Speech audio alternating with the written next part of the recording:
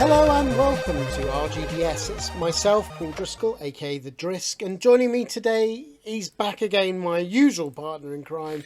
Yes, it's Gordon King, aka Kingy. How are you, buddy? Hiya, Paul. Hiya, everyone. I'm alright, but this episode's fueled on Lemsip, unfortunately. Got a bit of the lurgy. Oh, you are a bit lurgy, aren't you? Yeah, a bit snotty. Caught it off my son, you know the script. Just share the love, eh? So, Absolutely. Oh, I'm glad you're editing. yeah, a sniff and a snot every 2 seconds. So I hope I don't sound too stuffy You for do all the sound a listeners. little bit bunged up, but Yeah, let's see how we but go. I shall do my best. Okay. Well done coming on, all snotty. Hey, we've got to do it. Got to do it. Rain, shine, snot, diarrhea. Well, maybe not diarrhea, right? Don't want to record that from the pan, but that would be a pleasant listening one. But Right, anyway, so on today's show, we thought we would, well, we didn't know really what we were going to do, but we sort of hit on the idea of PS2 deep cuts. So really, these are sort of games where don't necessarily want to say they're hidden gems. They're ones that seldom get talked about from all your big hitters. And yeah, we just thought it's cool to shine some light on some of these because, you know, I think a lot of people like ourselves are starting to really go back, you know, with emulation being as good as it is and stuff like that. It's wonderful exploring the PS2 library because it's got such a wonderful eclectic range of things. oh, once you start diving deep into it, it's like, you know, blimmin' heck, I didn't know this existed. I didn't know this game had a sequel, or just, you know, things you've perhaps seen and just didn't bother playing, you know. So it's a great opportunity with whether you've got a PS2, I've got one there, it's chipped, I can easily, you know, I've always been actually looking for one of the network adapters that you can then put an SSD drive on to Oh, that would be good, wouldn't it? run from the hard drive, but they're like hen's bloody teeth finding these things. I don't know if there's third-party vendors making them now, or that's possible, you know. It could be encoding on the chip and the BIOS doesn't like it. I don't know. I've never really looked that deep because quite simply now, as you alluded to there, emulations really came on leaps and bounds on the PS2 as well. So, yet again, we're a show that, you know, we don't say you got to play it this way, you got to play it that way. Just play the bloody games whatever way you can and enjoy them. Yeah, and one of the good things is quite a few of these I mean, some are pricey, but some don't go for that much. I was quite surprised with some of the games where I thought they were worth a lot more. So that's always cool. Yeah, that's good. Yeah, but before we go into the show itself, what you've been up to retro-wise? Because it feels ages since I've spoken to you. It has been a little bit because obviously you hopped on a show with John there prior, which was excellent to sit and listen to. Apart from his echoey sounds and all the noise and the ambience. Yes, he has been admonished. Believe me, though, listeners, if you'd heard the magic I tried to do to get that. Oh, you worked wonders, mate. You worked wonders. Well done, well done. So what have I been up to? A number of things. A couple of games I've been playing anyway. But before them, I was at one of our listeners, a good friend of mine, Almac, from the Discord chat. It was his 50th there just last Saturday at time of recording. And so I went over to Dalkeith near Edinburgh and went to, you know, his little party there. So that was good. So thanks for the invitation out. It was good to see you. And you know, he actually has friends in the real world, by the way, so he doesn't always hang about in Discord, so that proved that. Also, I've been doing a little bit of a little electronic repair going on as well. So Rax, one of our listeners and regular on the Discord channel, bought a Commodore 64, you know, usual untested, as many people like to do on eBay and that, and unfortunately it arrived not working 100%. Yeah. A lot of the screen had coloured writing in blocks on it or whatnot. So with everyone looking on the Discord channel, it did point to the PLA chip on the board, and he wasn't confident about soldering. So I said, send it up to me, I'll have a look at it.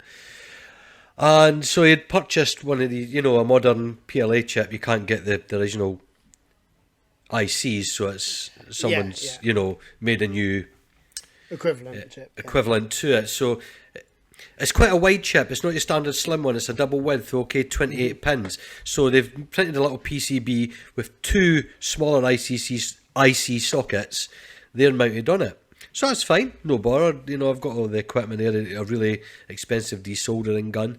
Takes it all out, make sure don't damage the tracking. Okay, puts it all in, solders it all back in. Black bloody screen. It's like, oh.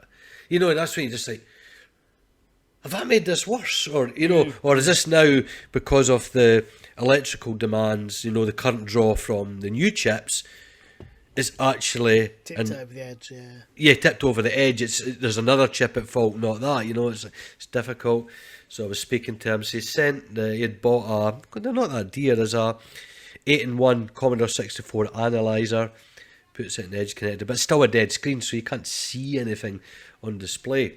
Now the problem is, just to not really get too technical, this new PLA chip, it overhangs the width of the legs of where the normal chip is. There's legs in a bit, not right at the edge as a chip would be, yeah? Yeah.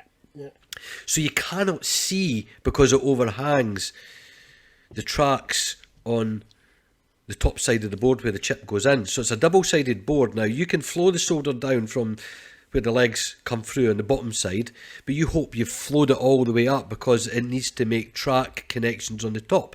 And with this chip design, it's impossible. This is not designed to be piggybacked in on a socket to do that, right? This is where the issue lies. These are designed to be soldered directly on. So I'm now forced to take it all off, put a socket bloody on and try to get it fitting, and then run the analyzer. I could even put the original PLA chip back in the socket, because at least you could take it out 100 times then rather than solder, desolder, you know, you can totally bugger the tracking up. And get to the bottom of this eventually, but it's just a pain in the arse, because like I was looking at all the forums, and it's like any repair thing, especially with old tech, any 8-bit stuff, substitution's your answer. Now you're not going to, I've got a Commodore 64, I'm not going to start hauling chips out of that to put, you need a board you're willing to bastardise, aren't you? That's where the issue lies. So it's like, but so anyway, watch this space. I've got all the sockets arrived. I'll get some time and I'll strip it down. But it's one of you notice, the older you get, and piss poor light, your eyes struggle to see working on boards and whatnot. So I couldn't be done with stuff like that anymore. Which is one of the reasons I like with like emulation boxes and FGPA, FPGA whether it be Mister or whatnot. Sure. Which brings me on to the things I've been playing with. Yeah, do tell. Yeah. So well, it all started because I don't know if everyone's seen that they're about to release an Atari, whoever owns them now, is releasing Atari 2600 Plus. So what this is basically an emulation box, but it does allow you to plug in the carts, so the original 2600, but critically the 7800 as well. And I just kind of like the idea of it. So it sent me. I pre-ordered it anyway, and went for the extra joystick. I'm a little bit worried because the joystick's obviously the 2600 style joystick. Yeah. But 7800 had 2 buttons. So that was my first. The Retro Asylum Summer Catch-Up episode that just recently, the guys on that episode are saying exactly the same thing. They're a bit, perplexed why something. I know they're kind of more advertising it towards the 2600, it's 2600 plus, but if you've got a compatibility thing and it works with the 7800, then you go, well, stick an extra button or sell like a 7800 looking pad with it. I mean, or a separate edition. Yeah, I will say they take the old original connector. Yeah, the D-style plug. The D-style plug. So you could get an original pad, or you could plug in a Mega Drive pad. I'm just finding this one strange because, well, who are they marketing it towards? You know what I mean, right? I guess the people they're marketing it towards is your collectors. So it is people that. Yeah, the components are failing perhaps in their old stuff. I mean, the trouble with the original tech of whether you've got a 7800 or 2600 is the fact that even if you do the composite mod on these things, if you're so willing to do that, right, or have a friend that's going to do it for you or whatever, it's still not the greatest signal from it, is it? You know what I mean? Exactly. Whether this be HDMI. Yeah, the certain purists are against that, you know. Yeah, that's it, not compatible with a CRT then, you know. But the world's moving on. Not everybody has the room or inclination to want Exactly. a CRT. There's lots of debates. There's some people that are complete purists for it, and that's fine. If that's your thing and you get a lot of, you know, enjoyment and entertainment of the more realistic and authentic look, fine. But for me, it's always about the game. And there's ways. Yeah, I don't know. Does the thing come with scanline filters or anything like that? Do you know from what you read? Very, very little known about it. But I mean, other devices that are similar do. So I'd be very surprised if it doesn't do that. Yeah. It certainly has like ability to go widescreen if you want and things. Ooh, Yeah. no, that's see. Some people don't mind that one again, but it just looks unnatural because it was never designed for that. So things look squashed or stretched, and it's But anyway, I'm interested. I mean, to be honest, I mean, with Amazon pre-order, which is where you can buy it in this country, you don't pay anything until it comes out, so I can change my mind. But that kind of brings me on to the other thing, because I started thinking, well, maybe, how much do I really want something to play 7800? And yes, I got my carts and things like that, which is cool. But I ended up buying the Atari Flashback Gold 50th anniversary console. You're a madman. I know. It's a little mini console, just emulator box, but looks like the same thing with the Woody Atari VCS. Mm-hmm. And because I'd also found out it's really good value. I think it was £80 when I bought it. I mean, it fluctuates the price now because I guess it's a few months old. People resell and things, but it came with 40 games out of the box, and really good games.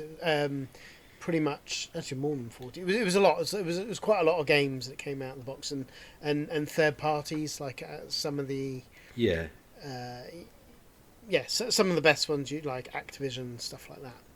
Yeah. But I found by looking at the web that if you buy a little couple of quid cable and get a sort of like a memory stick and a bit of software jiggery pokery of getting these software off of Atari Age, which I thought I better get quick because this company, the new Atari, own Atari Age. I don't know if you saw that.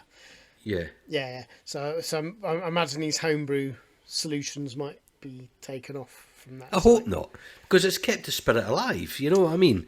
I hope they encourage it. Well, they're certainly doing all the right things. I don't know if you noticed they've also bought Night Dive Studios. Who are doing I heard about that. Yeah, who did the Quake 2 and a lot of the remasters. So they're making a lot of the right moves and things.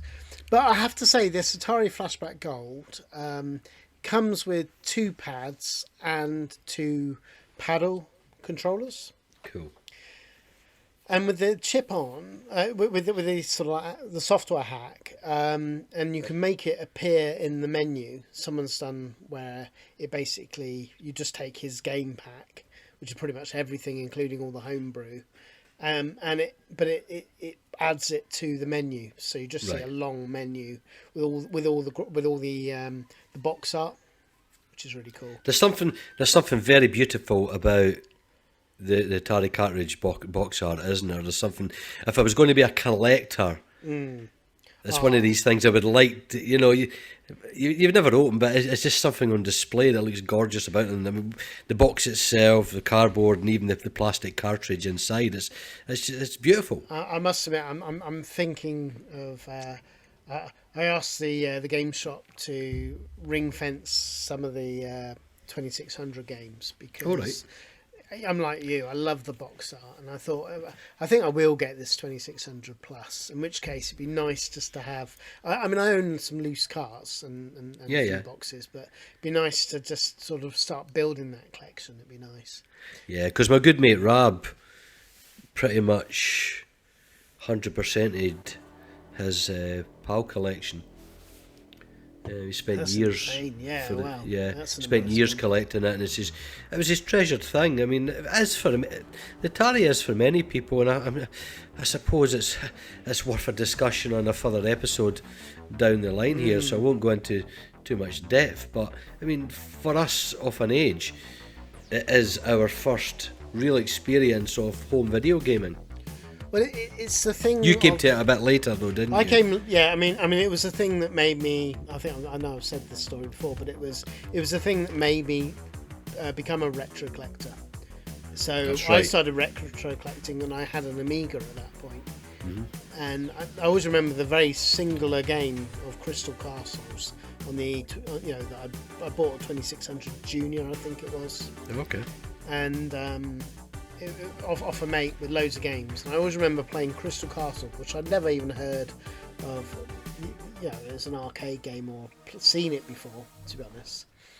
At that point, so but it was that epiphany moment of just because the graphics aren't as good, it plays, which I already knew from the Spectrum days that the game is not related, but it suddenly made me realise there's this whole world of games, and that was at that point I started always trying to collect up. So there you go. It's an important console for you. So I understand your continuing purchases of getting the different iterations and maybe the best modern Atari setup for yourself, where you can really still enjoy the physical games. And I hope the joystick comes with it's just as indestructible as the originals. So if your granddaughter gets near it, it'll last. Yeah, I mean the Flashback ones, they don't feel as solid as the new ones. I remember you saying that. They feel with that. And I was Is that just USB fitted rather than the D socket on the Flashback? No, it's D socket as well. So So the paddles you have for that should work.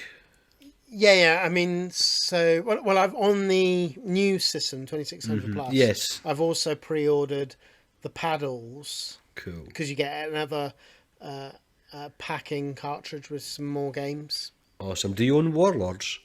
I don't think it's on there, but I do own Warlords as a loose cart, so I can play. Excellent. I shall be down the moment it drops, and we'll be playing that on the paddles. And of course, on the Flashback Gold, the only thing I noticed on the Flashback Gold, the paddles with that isn't that great. It feels a little bit off.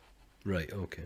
And I've read lots of things, and there's lots of things that they are doing to improve things a little bit. But yeah, it just seems lots of hoops. I'd rather just plug in original paddle, because you can, of course, plug in original. Of course. Good. But yeah, it's cool. The only other thing I wanted to mention briefly is because I don't know, knowing what fans, listeners are with the Tomb Raider games, you've got doing our game clubs, isn't it? You've been doing. Did you notice there's that Tomb Raider, the first 3 games being totally remastered? Yeah, can't wait. I mean, considering that these were community games we're playing in a Discord chat anyway, and there's a huge love with us and our friends in Discord of the Tomb Raider trilogy.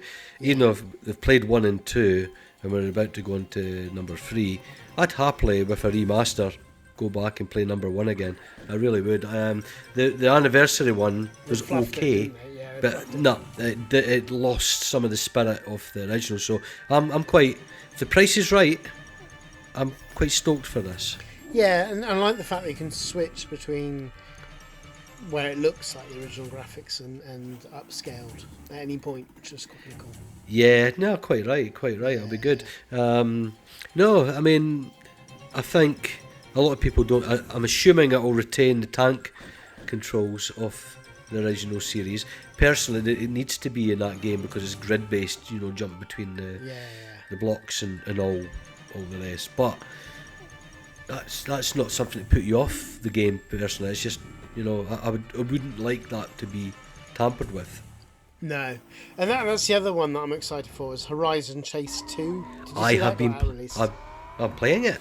Oh, I'm waiting till payday before I pick it up. It is there's a visual overhaul. See more sort of high fidelity, a lot more backgrounds. I mean, I'm currently just racing in Florida at the moment because it's early days with it, but it is super slick, super fast.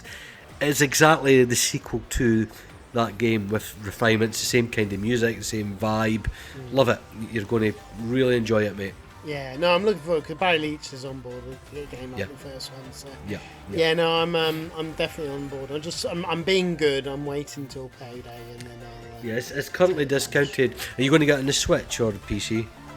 Switch. Switch, okay. Yeah. It's discounted in Epic Store just now.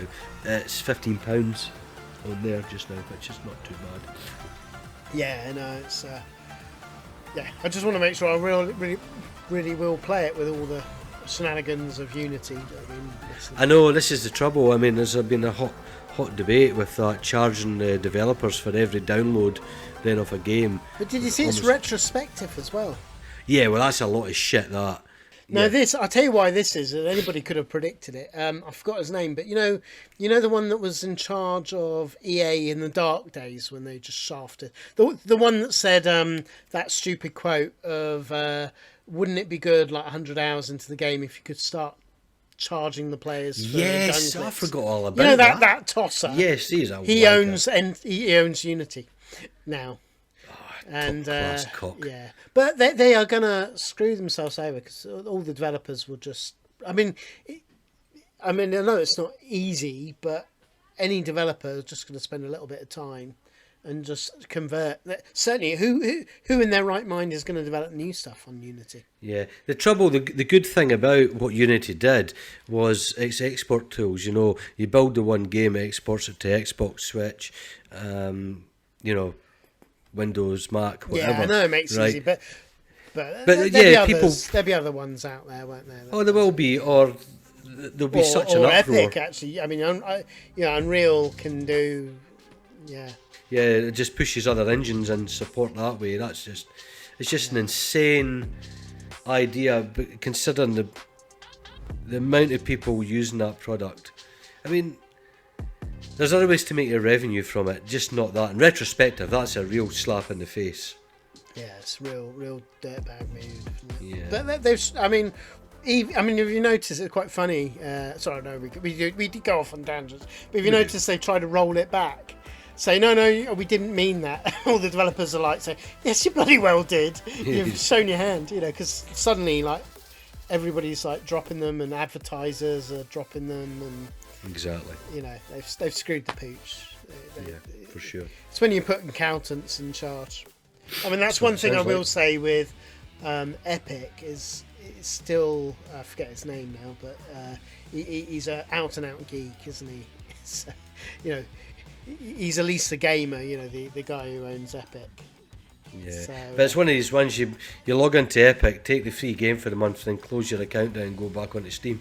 You never play the games. That are well, really on yeah, but Epic. that's more the case, isn't it? Is Steam is so ingrained into everybody's brain That's right. that you don't really want it, because any gamer I do exactly what you described there, just get the free game. But I bought a couple of free games. I bought a few things during the sales and during the whatnot, sales, yeah. but I never think to go on there, so I never actually play those games, because you just go on your Steam or GOG. Well, you like the Steam achievements as well, and if you're social on it with the friends that you've got, you can chat through the Steam channel. You have none of that on Epic. It's a bit more lonely if you want. So It doesn't bother me. I'm a grumpy git. I'm kind of that as well. Yeah. One other game quickly then, just before we move on, is I've been watching it for years and excited about it. Is Bum Rush Cyberfunk, which is Bum Rush, did you say? Bum Rush. Yeah, Bomb Rush. Bum Rush Cyberfunk, which basically is Jet Set Radio. Esque game, yeah. Independent. I'm so surprised that it didn't get a takedown, because it's so darn close to Jet Set Radio with graffiti art, going about in rollerblades and skateboards in this one as well, and BMXs in this one, more than just the rollerblades of Jet Set. But cel-shaded graphics, the same kind of vibe, same kind of music. It's just quality. It really is good fun. And I'm surprised actually, because the rumours are Sega are coming out with an official Jet Force Radio sequel. you get my dog with Jet Force Gemini there. Yeah. Whatever. I'm not a fan. You know me. I'm not a fan of the game. Jet. Well, if you want to be Jet Radio. Jet Set Radio or Jet Grind Radio, whatever one you want to call it. Yeah, for sure. Love it. I think it was a game. Well, that was the game. The reason I bought a Dreamcast was Jet Set Radio. For that alone. Then for love with other games, obviously. But yeah, just for those that aren't familiar with that, I'll put a link in the show notes for that. And give it a go. And the final thing we will mention is our meetup on the 13th of October, so it'll be probably very close. 13th, 14th, yeah. Yeah, 14th is the main day, Saturday. Yeah. We're rather ominously going up on the 13th, Friday the 13th, and then coming back on the Sunday. So, yeah, that's going to be just awesome. Looking for it. There's a lot of people coming this year. Yeah. High score challenges, back on Ridge Racer for the fastest lap time. A good breakfast on a Saturday morning, few beers, just a great experience. Everyone gets on so well, and it's everyone in the Discord channel is just stoked. I mean, it's almost like the countdown to Christmas, isn't it? Oh yeah, no, I'm really excited because it's been a while since I've been myself, so it's I'm just excited to go back there. Going to be good. Right, okay, so as we go on to the show itself, let's go.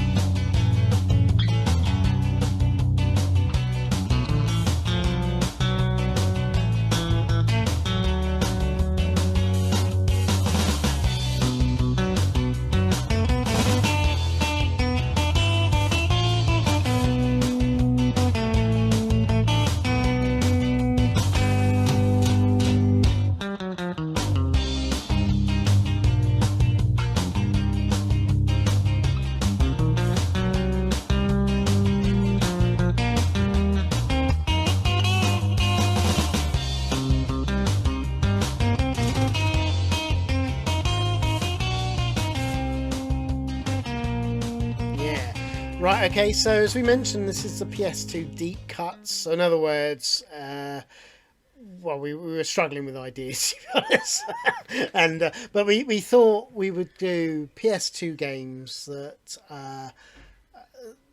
we don't want to say hidden gems, because I think we both agree they're a little mixed bag, really. But just games that perhaps are lesser known and... interesting ones in some capacity or another for people to enjoy. So that was a general idea. So it's a nice mix, isn't it? It is, yeah. Yeah. So should we go on to our first game? Yeah. What game do we have, Paul?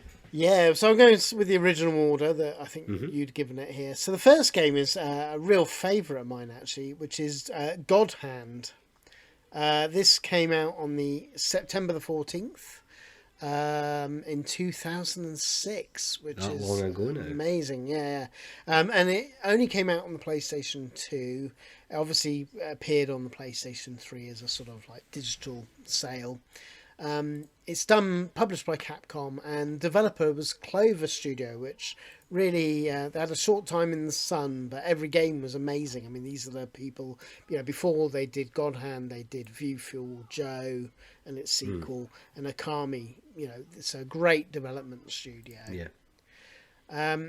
So I'm going to pass it over to you. Do you want to describe it for our listeners? Yeah.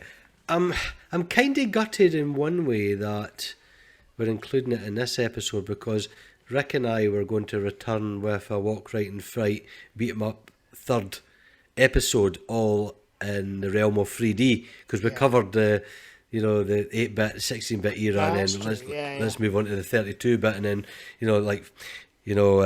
Fighting Force and games like that. But anyway, so yeah, what is God Hand is a very modernised and I suppose reimagined beat 'em up with just such brilliant quirky humour, a mix of Japanese and Western humour, and but just a brilliantly slick fighting engine that is just bonkers crazy. It also has a roulette wheel for your moves.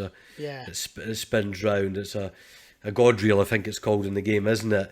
That it costs orbs that you've earned in the game, but there's just such great moves like that whole ting to the ghoulies where it's just a single finger death punch, isn't it? Flick, and the guy goes shooting across the room after being whacked in the nuts.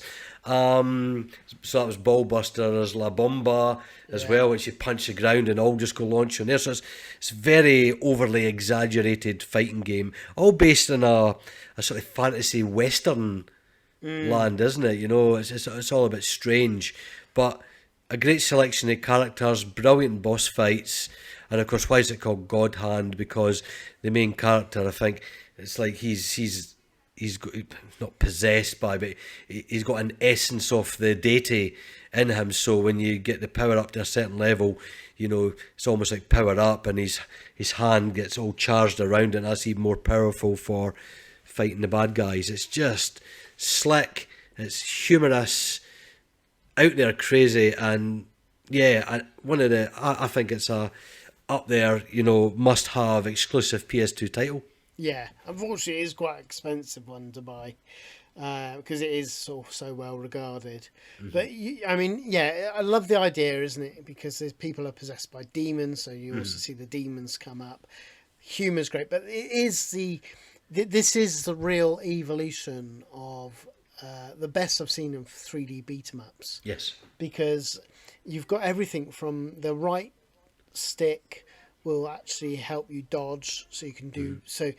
You have to get really good where you do your sort of like attack moves and then perhaps sidestep when they might be doing the attack move. Humor's great. I just there's so much collectibles and interesting things to pick up. Hilarious boss fights. I mean, you get the gay boss fight sticks in my mind where there's these all these sort of like taunting you, aren't they? And jumping at you and stuff like that. And they're rock hard as well. They're really difficult to beat those. I got quite stuck on that bit. And there's like demons that do challenges where you can go into the ring and stuff. And it's right. I was so pleased because, to be honest, it's always been on my radar and I've played it a little bit. But I never sat down sort of to play it properly because, when I tried it before, emulation wasn't up to snuff and it's a really expensive game to own. Mm-hmm. It's like a 70 quid game, which is expensive for me at least. So I'm so pleased playing it on PS2 because it looks fantastic through emulation, everything upscaled. And I just fell in love with this. I just thought it was amazing playing through. It was really one of my the big highlights. And it is, I'm just surprised this hasn't been done more by other developers. The other thing that surprised me, though, is how bad the reviews were. I mean, I noticed that when I was doing a bit of research on it. It's ridiculous that IGN gave it 3 out of 10. That's bollocks. Yeah, Games TM gave it 6 out of 10. I know they're always notorious Games TM, but magazine. But yeah, just like the things they were complaining about, they were like, oh, it's really crass humour, and it's like for God's sake, it's a beat 'em up. Is the mechanics fun? Yes. It's so bizarre, but it became a cult classic, which unfortunately cult classic means not many people bought it, but it's worth it, and that's why it gets quite a high price today, isn't it? But it's it's another real Clover classic, and it's such a shame Clover went to the wall not long after, really. The talent in this, it really does show. I do like these kind of off-the-wall games like that. It's challenged an over-milked genre that, to be honest, you might have just decided, is it dead in the water in this period, in this era, I know we kind of went back in modern times, especially in indie games now, went back a bit more 2D again, haven't we? And they've resurrected the sort of, sprite-driven beat-em-ups, which is excellent. But it proves here that... Yeah, I think that would be huge, wouldn't it? I mean, if an indie developer sort of came out with something like this, or even like, yeah, I mean, it would need to be a bit more than your indie developer, I guess. But I suppose the trouble is the reason like your bigger houses are scared off is because most people, well, it just didn't sell very well and it didn't review very well. So I think its trouble is, despite its modern canvas, right, behind it is very much brutal old school gameplay here. yeah, You know, it's not a forgiving game. So on playing this, you did die as many times, especially if you didn't conserve your special moves. You know, because there's so many, like one of the, not frustrating, but if you just go in gung ho and don't, I'm not saying strategize, right, but really, you know, think about how you're going to fight the guys, because every so often when you kill one of them, the demon's soul rips out their body, and they are brutal to kill, aren't they? You know, it's like, shit, I've got nothing left to beat this thing. So you have to do a lot of running about and leaping off rooftops, and so it's a good environment to run about. And you're not just confined to necessarily a very small arena where you're fighting. You know, so it's quite vast in that way. It's just really good fun, and yeah, who could forget the arse spanking special move? Yes. Put them over your knee and spank their arses. yeah. No, I really really like this, and I'm so glad to sort of like play through.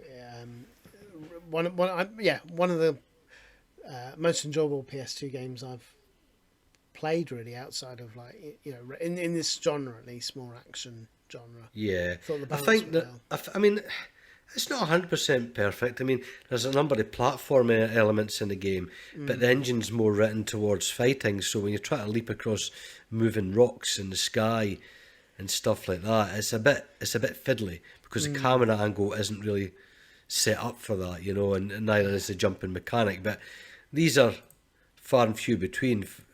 The majority of the game, you're kicking the living crap out of people, aren't you? You know.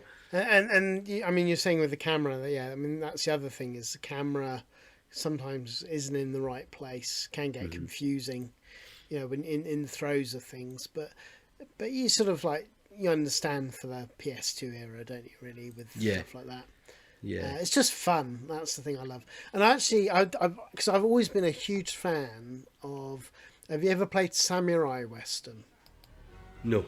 What's So that? Samurai Western is another PS2 game. This was done by Atlas, and it's very very similar. It's a beat 'em up, but you're a samurai, so you're actually deflecting bullets with people like cowboys shooting you. You're deflecting it with your sword, and then you go in for like the melee attack. It reminds me a lot of this, but this has a better, I think, the more refined fighting mechanics. But people love, like God Hand, and want more of the same. Yeah, Samurai Western is another one I want I'll check that out. Yeah. to shout that out.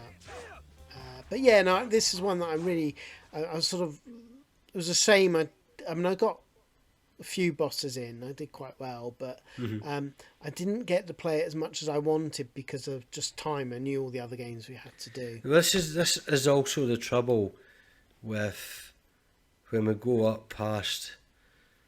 Even, to be honest, even PS1 and onwards, when we do episodes on that, there is only a finite time. I mean, it's fine if it's a game you know off the back of your hand because you played it all the time back in the day and gave it hours and hours, like the aforementioned Tomb Raiders. You know, you probably walk in and do an episode discussing those without even playing them to refresh. But for these ones where you've maybe just tapped in and out of, like you've said, then yeah, you can only spend so much time. But that's not to say we won't go back and continue playing, because this is worthy of pursuing it further and just going all the way now because it's such a great game. That's absolutely. Is there any more you want? I suppose the other thing I just wanted to shout out about is the team, the Clover, particularly the team of Clover that worked on this. They had also done, Resident Evil Code Veronica, quite a few of them. Yeah. Resident Evil 4. Yeah, the director went on to do Vanquish. And Vanquish, that was the thing. a lot of them worked on Vanquish, yeah. Vanquish is a sublime game as well. Amazing game, yeah. Yeah. Yeah, so really, really good developers, and yeah, it's just a shame that Clover, they just never really ever reached the zeitgeist, did they? Because you had, like, I mean, Viewful Joe, Great game. I've great got both of game, them on seen as, the two of them on the GameCube. yeah, seen as niche. Akami, obviously, great game, well Excellent game. received, but I don't think Yeah. it's sold particularly well. No. It might, you know, they keep re-releasing it. It's a bit too art housey for the casual gamer. So, but yeah, good caliber of games from them. So, is there any more you want to say on this one before we move on? No, I mean, I'm glad this is on there. I'm glad it's you've stolen it from our upcoming Walk Right and Fight Free episode, but that's all right. We'll forgive you. But no, I think it's great to see at this point the scrolling beat 'em up, if you want to call it that, enduring and given a bit modernisation at this point. And yeah, I think it still stands out and holds up as a real quality title. Definitely. Right, so we go on to the next one then. Yep, what we got now? So the next one is War of the Monsters.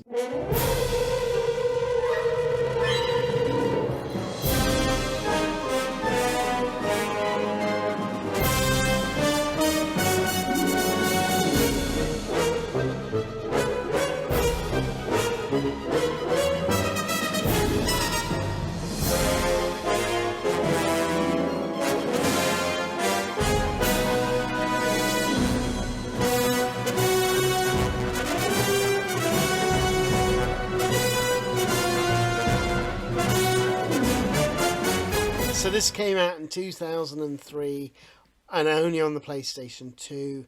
It's another one that I've come to quite late personally, because you've got to remember, for me on the PlayStation 2, I was more of a Saturn boy and Dreamcast. I went down Yeah, that you path. always back the wrong pony. I've always known that. Always back the exclusively cool machine, is what you're saying. To be honest, I back Sega to the bitter end. Listen, I'll tell you, if I was a shareholder, I'd just observe what you purchase and go, And buy the shit. other one, yeah. Yeah, buy the other one. Now this though is so cool, and I was surprised actually. It goes for a lot cheaper than I thought it would. It was like 15, 16 quid. Well, that's decent. Yeah. So it came out in 2003 on the PlayStation 2. It did get digital re-releases on the PlayStation 3 and PlayStation 4. But, you know, only just basically the PlayStation 2 resold through the digital library as the PS2 game. But this is something that I've wanted for a long, long time with this. And it's essentially, you get monsters very much like Godzilla, King Kong, and all those sort of like ones that you see in the Godzilla movies. Yeah. I forget what they call them, the Kenji or something, Kenji monsters. But the big giant monsters. And you fight each other in a city. So it's a bit like, it's basically a 3D version of King of Monsters on the Neo Geo, but free form, isn't it? You're running around the 3D world and you're beating up and destroying buildings left, right and centre. There's a nice range of attacks, like there's long range attacks as well as short range attacks, and tactics of jumping onto buildings and getting out the way, and you know you also get picking up cars or buses and hurling it at the enemy. It was just everything you really, really want with these sort of games. I mean, I'm going to go over to you. What did you think of this one? Yeah, well, I came into this completely new, ignorant that it even existed. So that was a sheer delight to find out that I'm just playing this brilliant, you know, player versus player or player versus computer. It's not quite, it is a beat 'em up, I suppose, but you know, just a whole battle arena. It's a fighting game, isn't it? It is a good fighting game, but just done so brilliantly. Simply because it's the environmental destruction that really, just the same as what was the best thrill on even Rampage was the crumbling buildings, wasn't it? Yeah. And this is the same. It's fast paced. I love the variety of the monsters you can choose. Now, I'm trying to think now. Obviously, you've got the Godzilla Yeah. guy. You've got the praying mantis, don't you? You've Yeah. got. I'm trying to think. What else? The King the King Kong. The telekinesis thing with the eyeball. What was that called again? Yeah, Kineticlops. That was the name.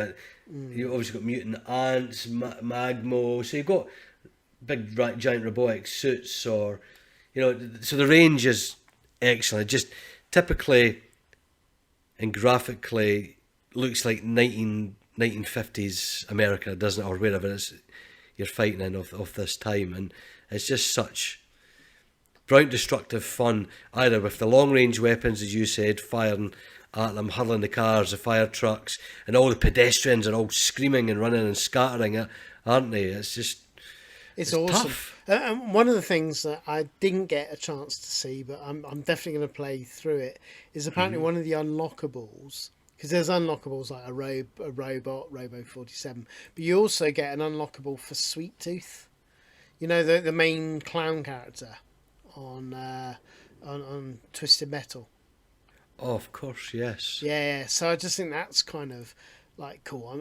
I really want to like unlock. I mean, there isn't a huge amount of unlockables or anything like that, but you you sort of get it with these games. To have that many characters and cool environments, just a lot of neat ideas. And there's also you've got like free for all or endurance, see how long you can last, or try and take out, because it's not just one or two. I mean, it is for human players, but you can have a big fisticuffs with multiple enemies, CPU characters.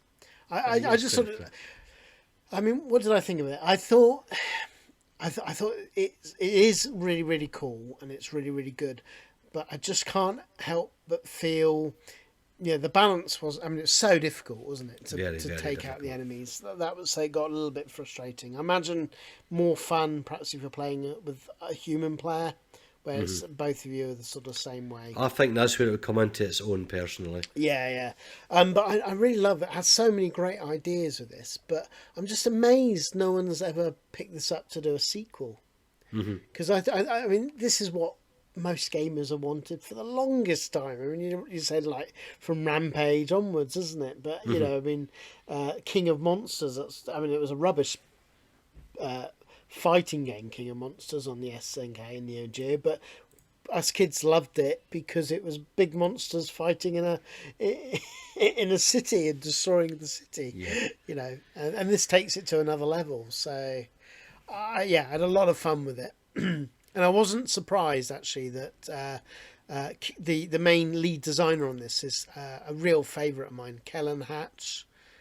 He also did. Do you remember I mentioned Downhill Domination? What a fan I am of that one on the bikes. He was the sort of like creative director on that, and he was involved as art director on the Twisted Metal games and things like that. And Warhawk, which is another great one, he was part of the design team with that.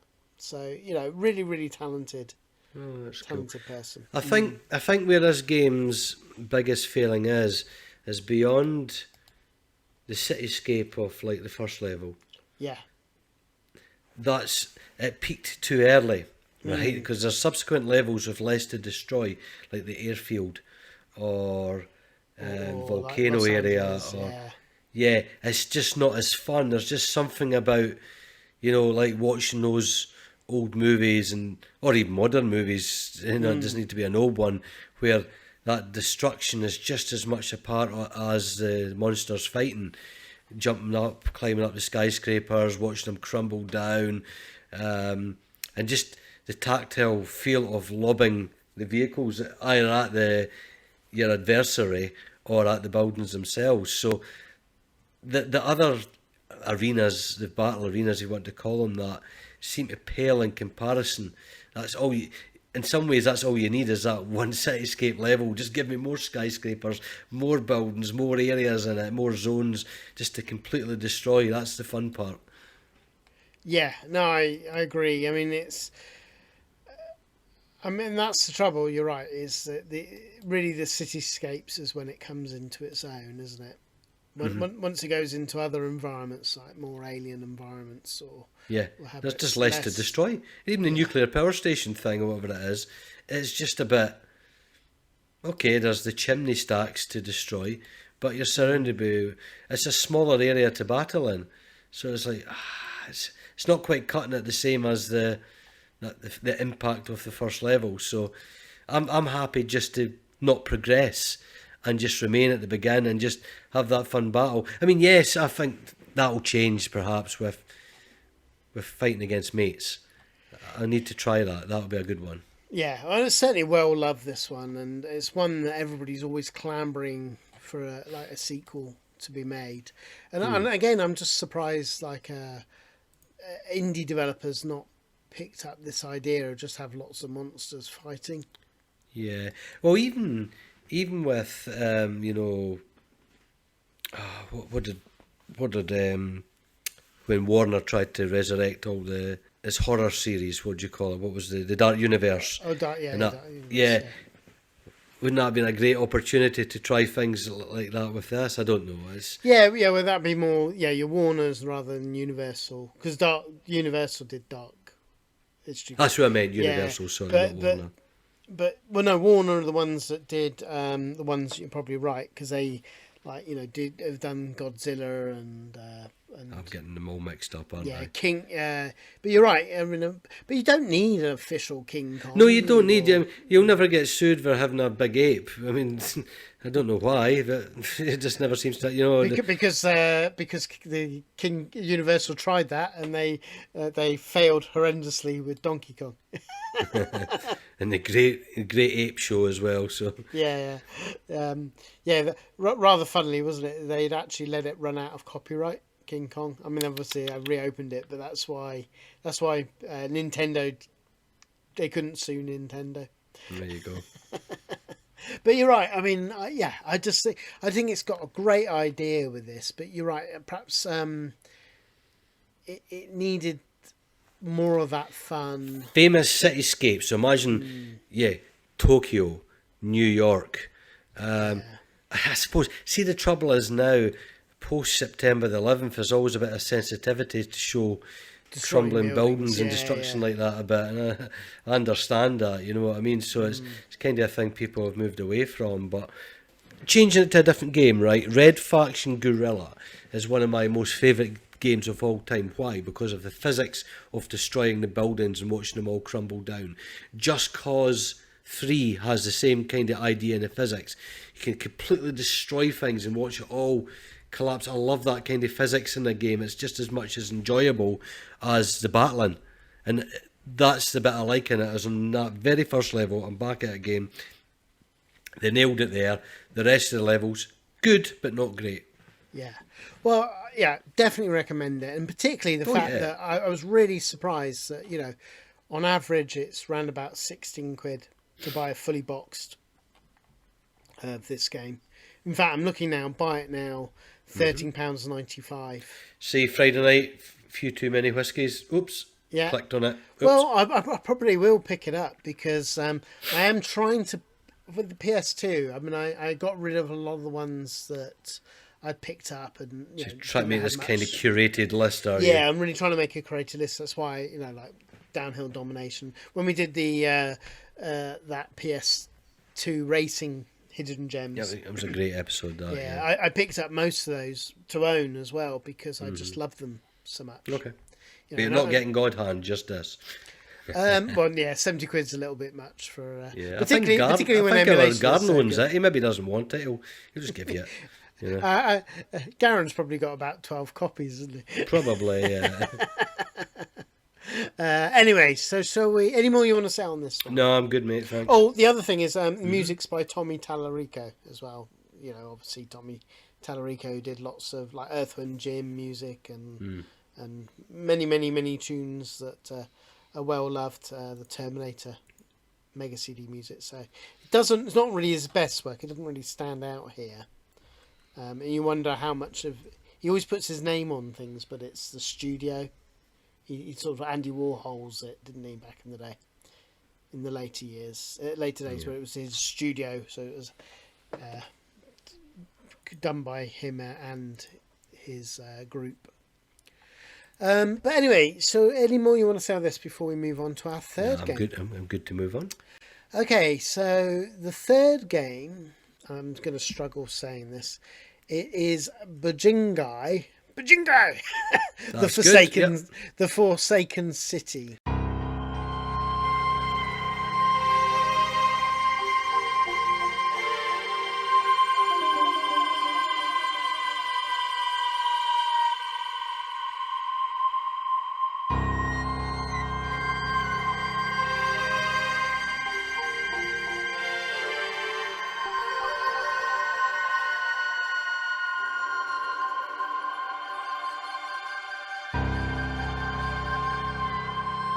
We'll just call it the Forsaken City from now on, okay? Yeah. So the Forsaken City came out in December, Christmas Day on 2003 on the PlayStation. It was had lots of different. I mean, ultimately, it was developed by Taito and it was published by Taito in Japan. Over here, we've got it as a variety ones. I think it was 505 Game Street and BAM Entertainment. There was lots of, publishers were varied outside of Japan. But what can you say about this? It's another hack and slash, 3D hack and slash.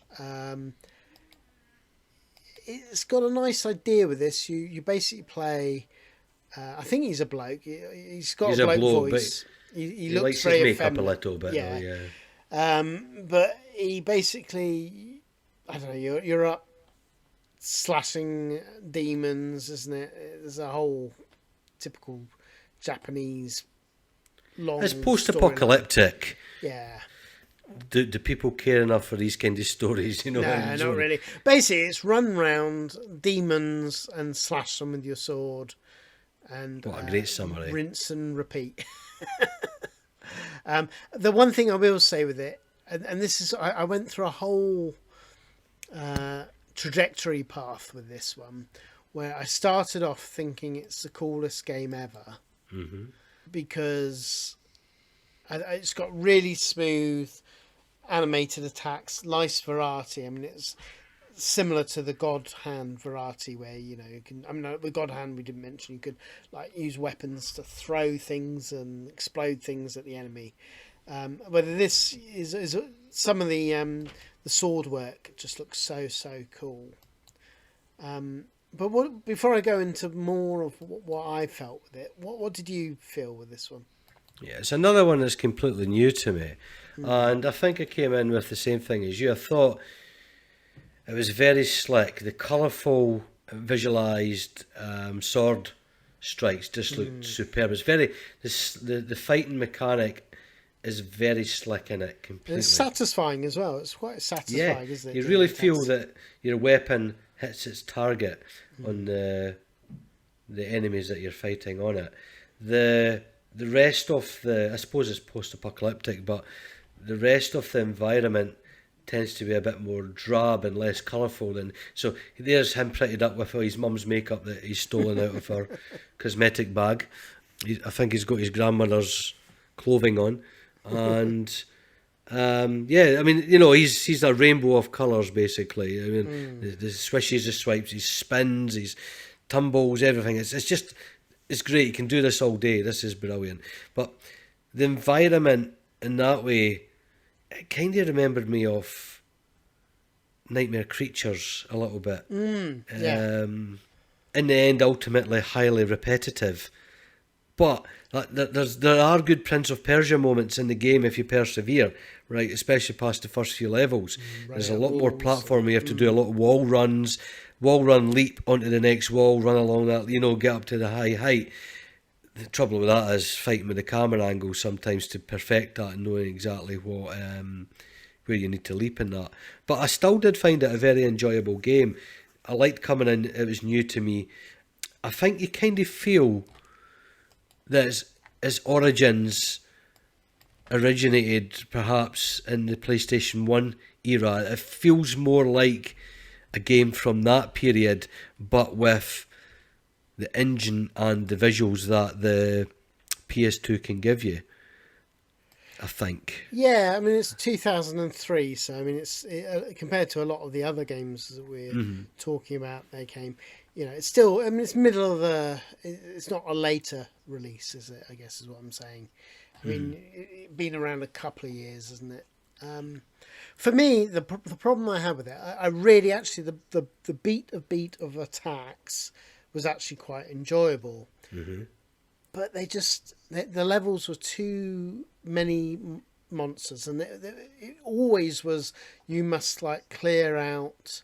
At the beginning you're thinking, oh, it's all right because it's training, it's just getting you used to it. Yeah. And then you go through like your first like gate, and you're like, oh, okay, this is going to be cool. And what are we seeing? It's like a different shade of green, bamboo, and you think, well, okay, that's at least it's got bamboo, and you can slice the bamboo. But my God, it was like just having Rinse and repeat. Rinse and repeat. It was the monsters were pretty interchangeable, and you have to find every single goddamn one.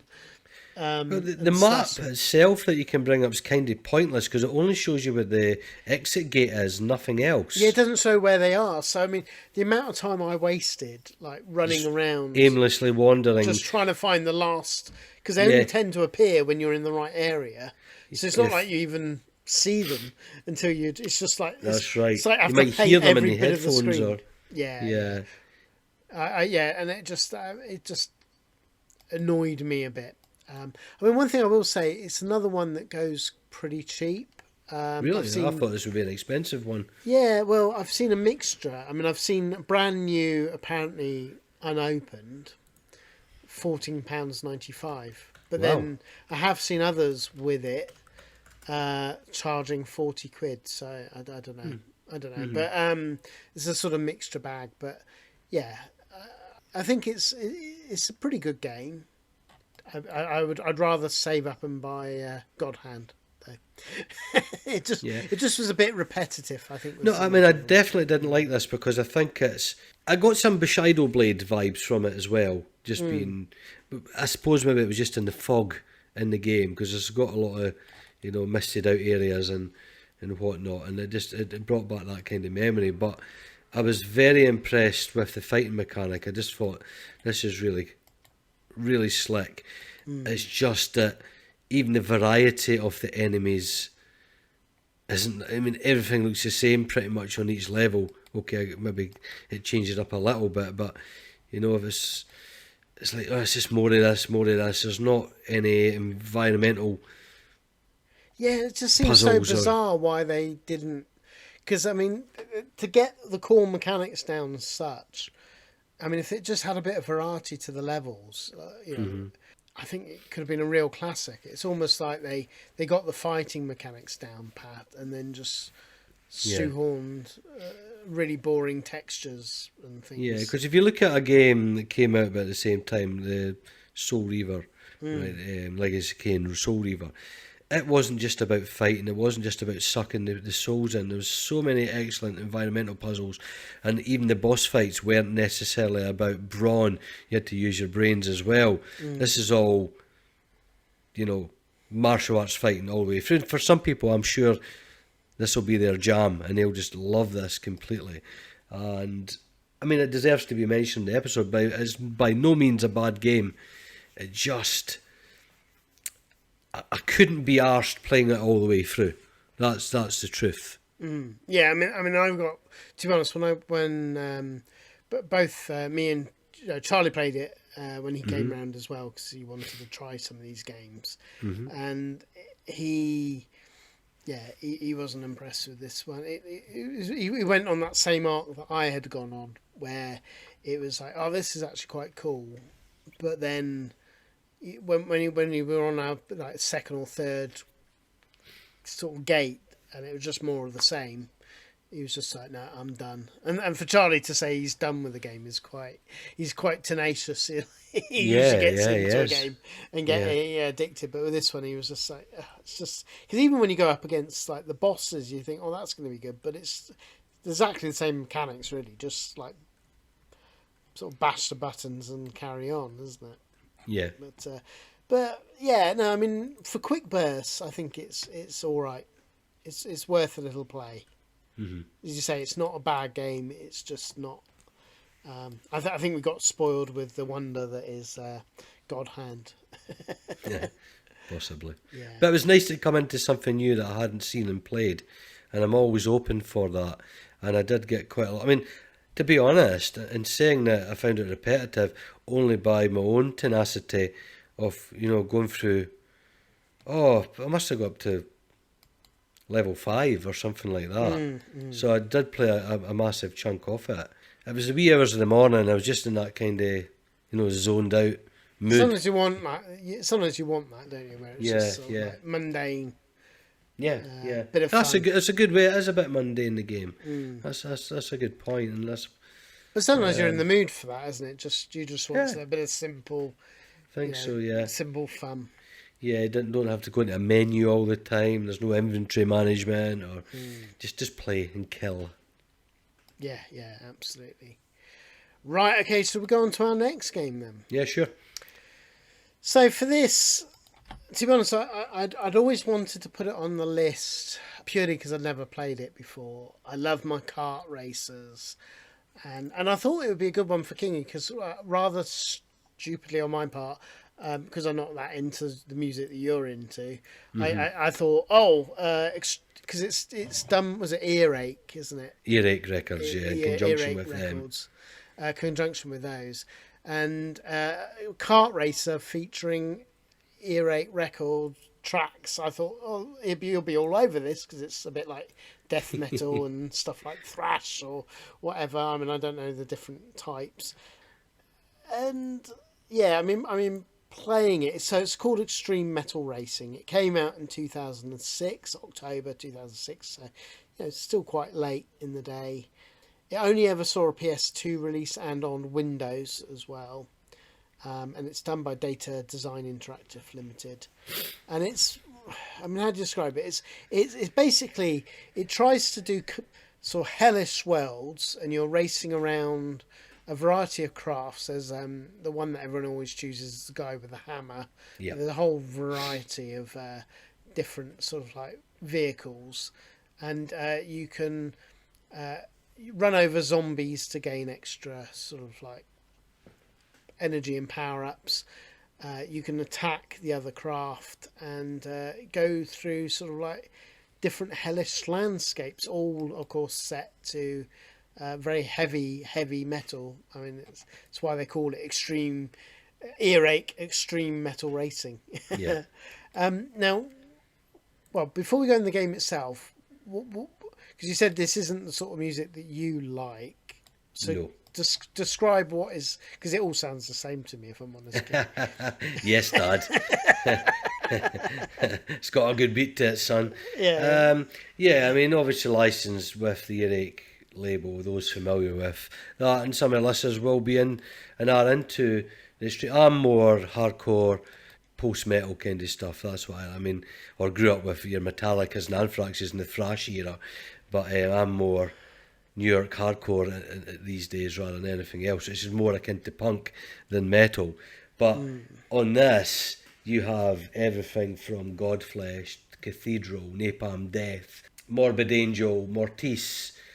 I mean, some of these songs are decent enough, but generally, it's just, I always find a lot of these bands a bit of a cliche on themselves, if you know what I mean. So it was never a label I was a fan of much of their music. Many of my mates are, not mine. But anyway, it's nice to see try something a bit different in terms of a licensed soundtrack. Normally when you get a rock soundtrack or a heavy metal soundtrack, is written by execs, paid a musician to come in to create audio with, in that genre. And that's different from artists doing that genre, isn't it?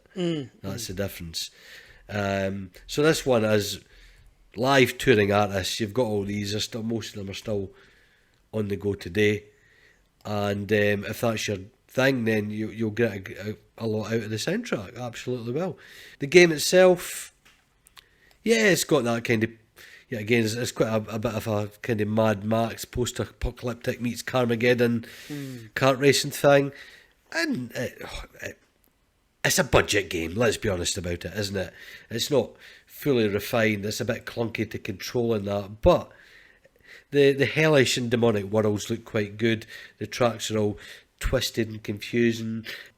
It's good when the weapon makes impact and you can hit the other characters or hit the zombies in the middle of the road, which always, as I said, remembers me of Carmageddon.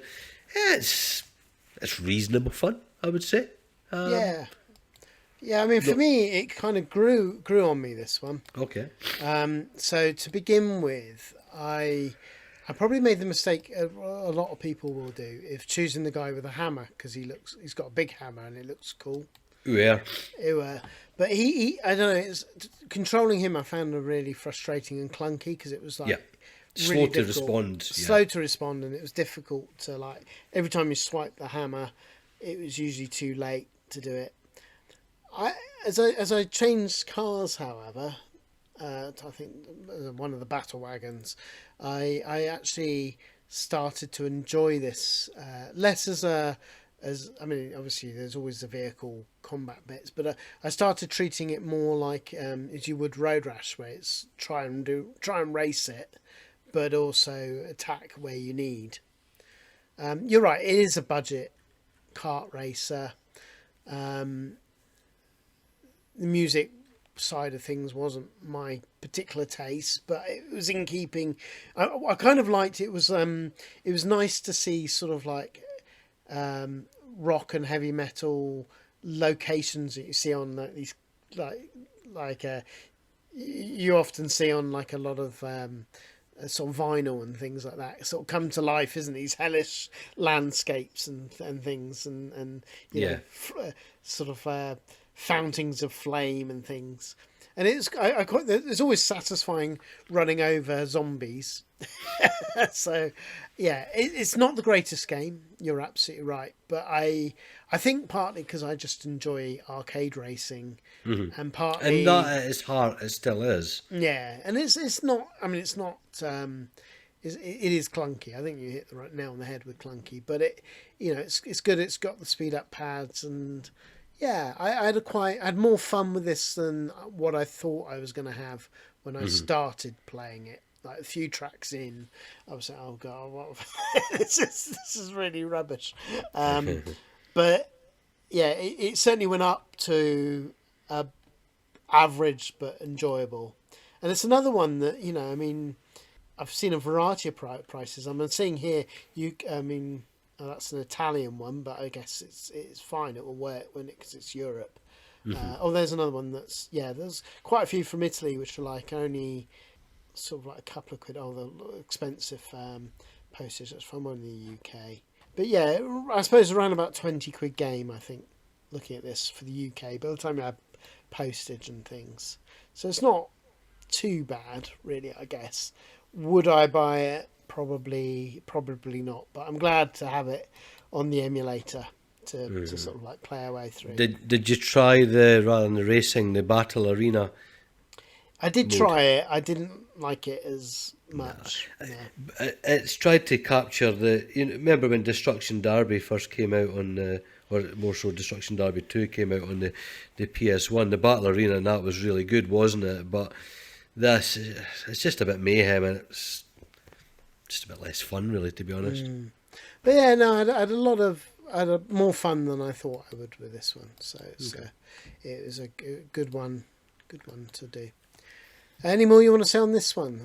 No, probably one of my least favourite ones on the list here. Yeah. Okay, well, let's carry on through the list then. So the next one, this was your choice. It was Freedom Fighters.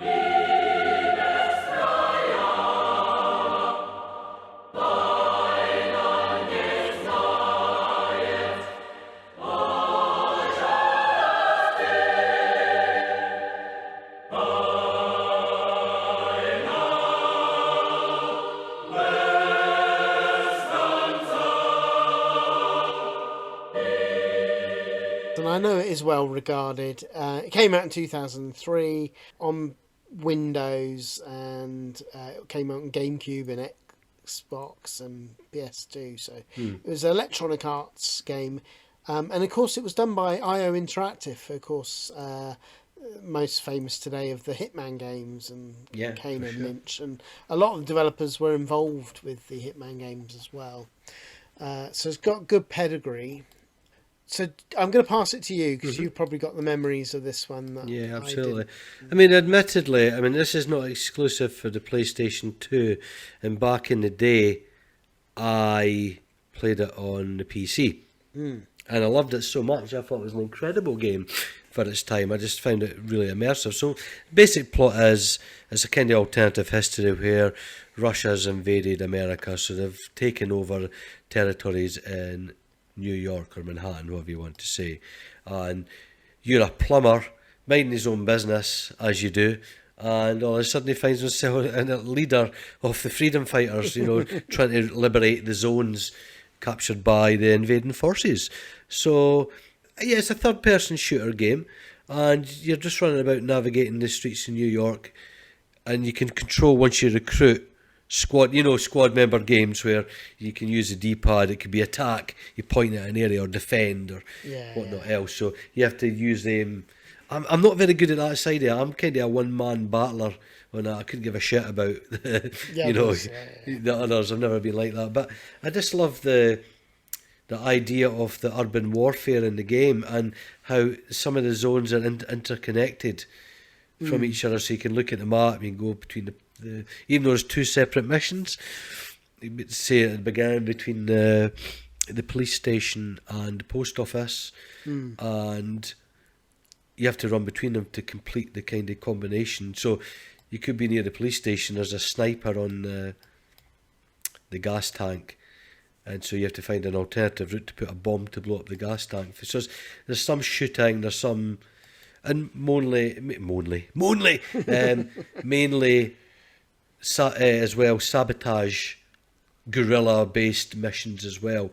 So I really quite like that. You kind of feel of occupied territory, even in, say, Half-Life 2 or anything, when there are, whether it be it's a controlling force taking over the streets, so you have to stealthily sneak about or just go gung-ho warfare with them. The choice is yours. And I really loved the variety. Yeah, because it switches between third person, and then you can do sort of first person to take out the enemies, isn't it, when you target and shoot? Yeah, that's right, yeah. So, yeah, it's pretty decent. I've got real fond memories, and it was a game I played through to completion back in the day, so I know you're not quite as keen. I don't know if it's a style of game. I don't really like this style of game. So it already lost me there, but I think for me, I found it just so clunky between I just found it really clunky going with the targeting, and it was like move, and then you had to like press a button to then target and shoot. Well, I've never done that once. It auto aims in the game when you're running shooting. Oh, maybe I just didn't, yeah. I like the idea. I love alternate history. I love that side of things. And this was undeniably really well regarded back in the day, and by even today. And it's another one that sold incredibly well. I mean, people can pick this up. I'm just looking on eBay. Buy it now, so including postage. £3.79, £4.49. Guys, at that price, don't listen to Paul. It's a great game. Buy it. It's on. I think you can buy it in GOG. Actually, they've resurrected it on that to work on the PC. Maybe I prefer it on that. I just don't like this style of game. I think it's fine. More on me, really. I mean, to be honest, I never really get around to playing any of the IO Interactive. I mean, these games do date incredibly because there's more modern games that do the same thing with better physics and engine and better graphics. So it really makes the things that predate it a lot more dated. Yeah. But you're right. It does. I think it's kind of cool. The storyline, the idea of like Russia, particularly quite apt in today's world, isn't it? Of like Russia taking over the US. Well, we had that in the movie. What do you call it? The 1980s movie. Oh yeah, another one. Red Dawn, was it? Red Dawn. Yeah. They remade that more recently as well. yeah, it kind of had that kind of vibe as well. So yeah, I thought it was really cool. No, I still enjoy. I like to.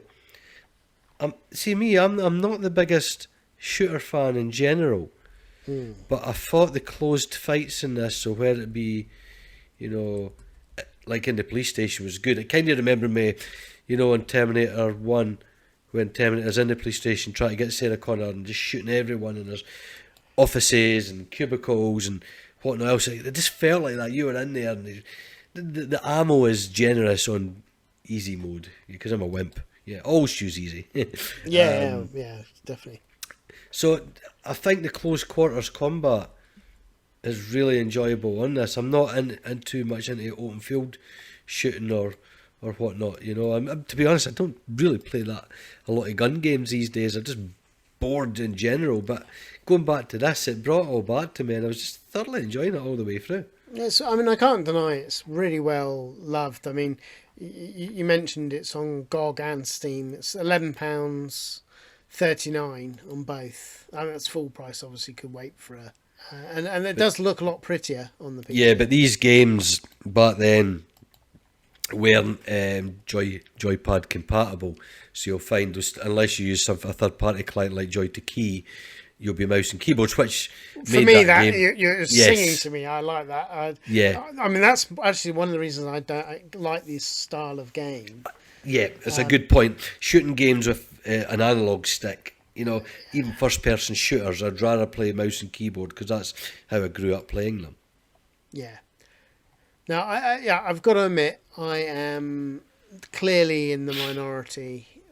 Everybody who's bought this game on GOG and Steam, just looking through, like, this is like an amazing game and all of this stuff. So I appreciate it's for me, not for me, but I think it's definitely a worthy recommend. Yeah, and there was always going to be a potential for a sequel, but it just fell by the wayside, and we didn't see one. So yeah, well, maybe they will. I mean, IO Interactive is still going strong. So. Yeah. And as I say, it's a nice cheap one to pick up. Yeah. Just looking here, someone's selling what about this for a lineup of PS2 stuff?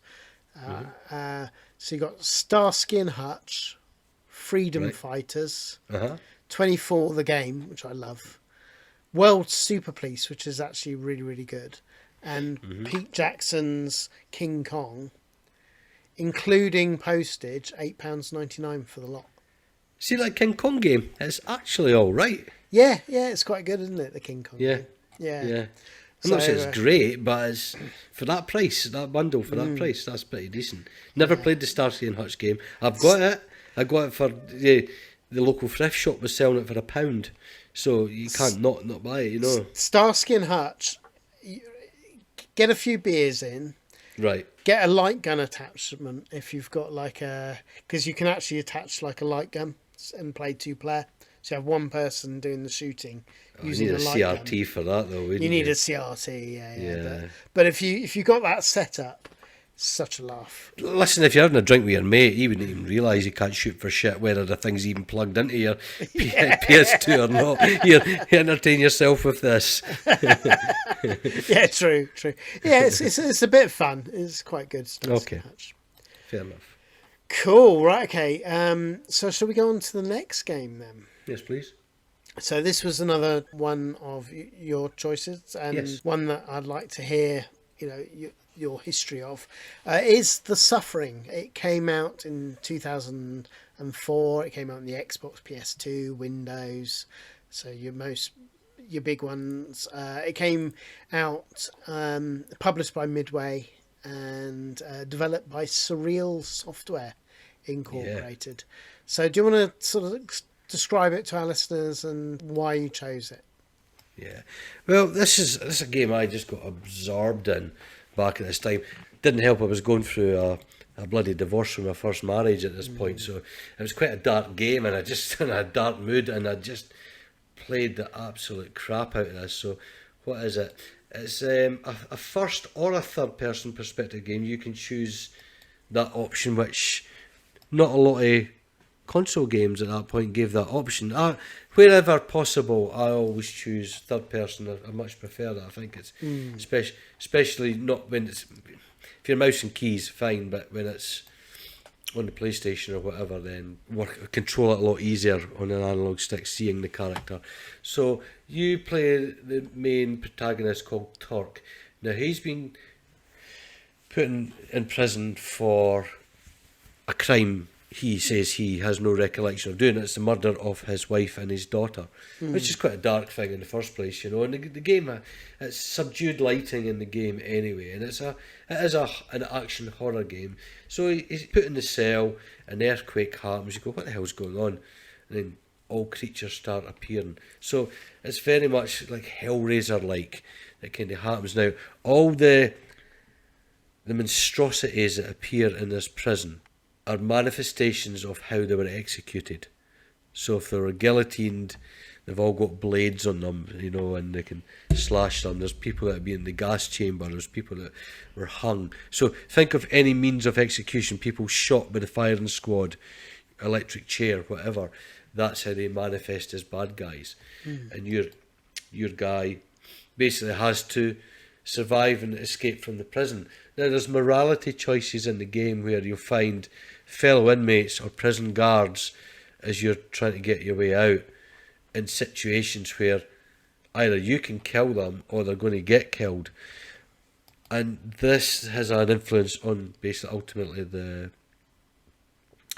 the how the story concludes, you know, different endings, good ending, bad ending if you want. But what's really good in this as well is it's all the whispers in your ears. It's a headphone game in the dark. And I used to always do that.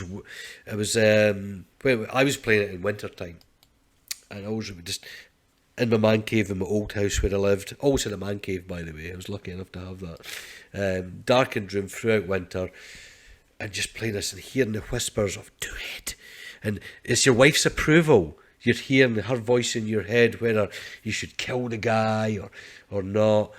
But your insanity meter goes up, and the minute your insanity meter, it turns into this incredible Hulk-like demonic thing. It looks more like the tank out of Left 4 Dead, doesn't it? And you can really smash the crap out of everything at the smithereens. And if you get combos with killing the baddies, if you want to call them the baddies, you can keep the longevity of being this creature. But the minute the combos die down, you revert back to your normal guy. You can have knives, you can have guns as well, but it's not really a survival horror as much as it's a horror action game, you know, but it has vibes of Dead Space, that kind of vibe to it, but on Earth in a prison and its surroundings out with it as well. And I absolutely love the story in the game just as much as the action and the atmosphere. It's just, it oozes atmosphere. I think it's quite creepy. The sounds, the music, the dark tale of it. And just absolutely. And obviously, we've got a sequel, The Suffering the Ties That Bind, that follow on from this. Just a superb. Is the sequel good or? You know what? I just wasn't as much a fan of it. But I had moved on from, because I didn't get it at the time, I'd kind of moved on from these type of games. So I probably haven't given it the love I should, and probably really should return to it and see it through a different pair of eyes if you want. But the first one's where it really spoke to you. Yeah, absolutely.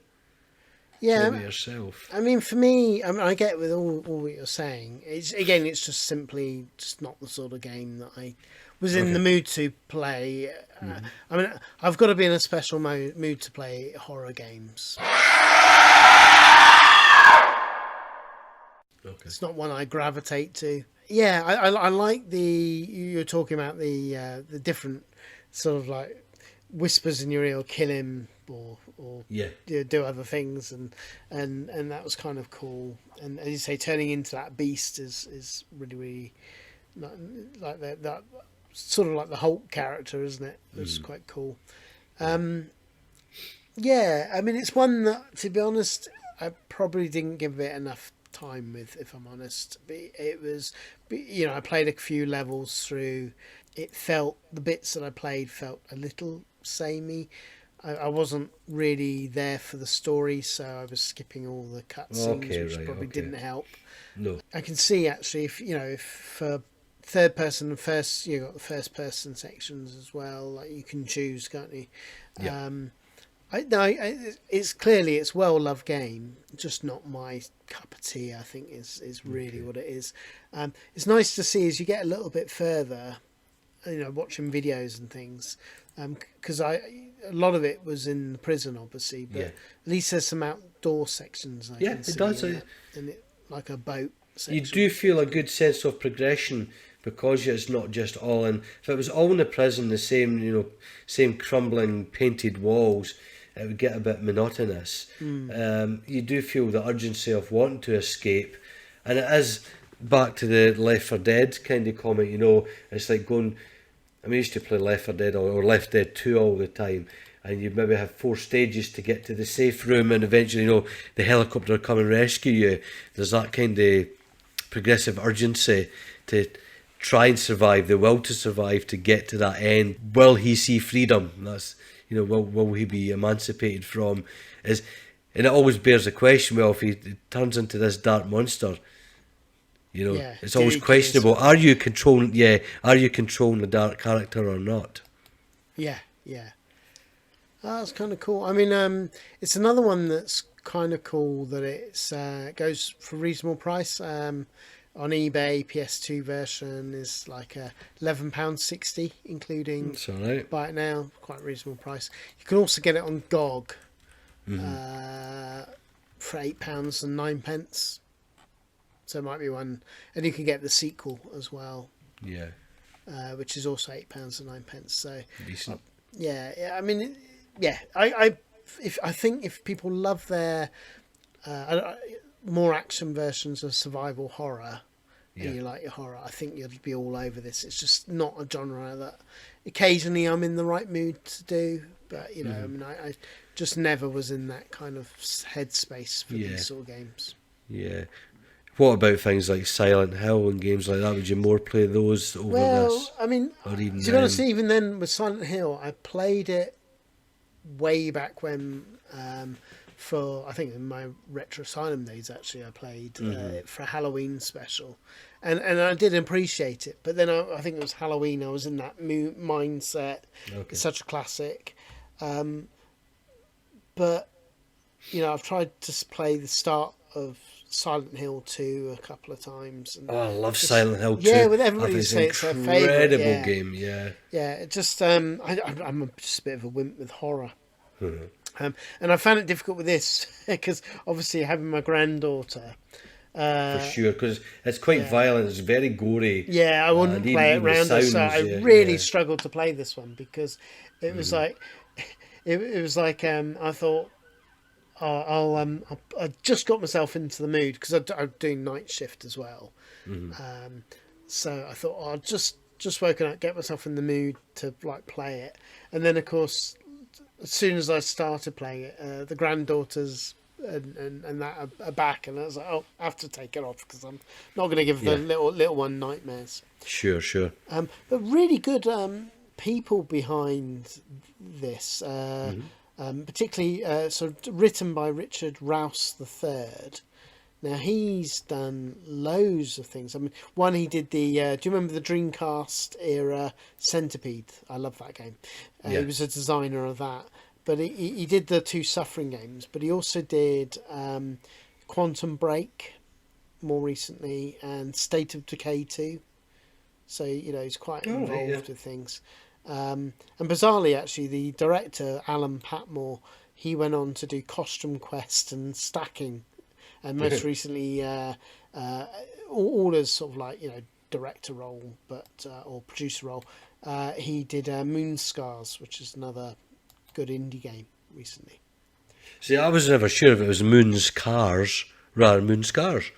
I thought it was a racing game. Moon Cars, yeah. Moon's Cars. But yeah, no, it's a yeah. I can see why you chose it. I don't want to be negative Nelly on it. I think I wasn't in the headspace to play the horror game, and therefore it coloured my whole view of the game. Fair enough. Yeah. So, shall we go on to our final game then? Yes, this is a good one. Yeah. So this is a great one to end on. And I've never played actually the sequel. So Nope. it was kind of cool. I didn't even know there was a sequel, so it came that's to much to awesome. my surprise. Yeah.